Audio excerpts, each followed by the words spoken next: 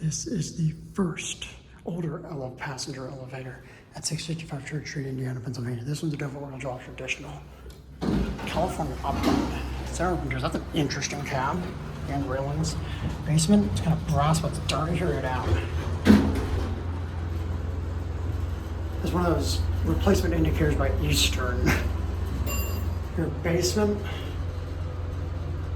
Fan in here not as annoying as the other one. Right into the Union Fitness Center.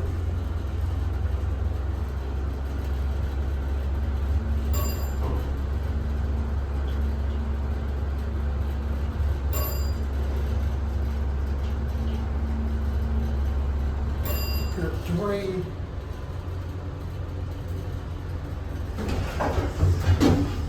Back on the one. Oh, there's some character to it. I like it.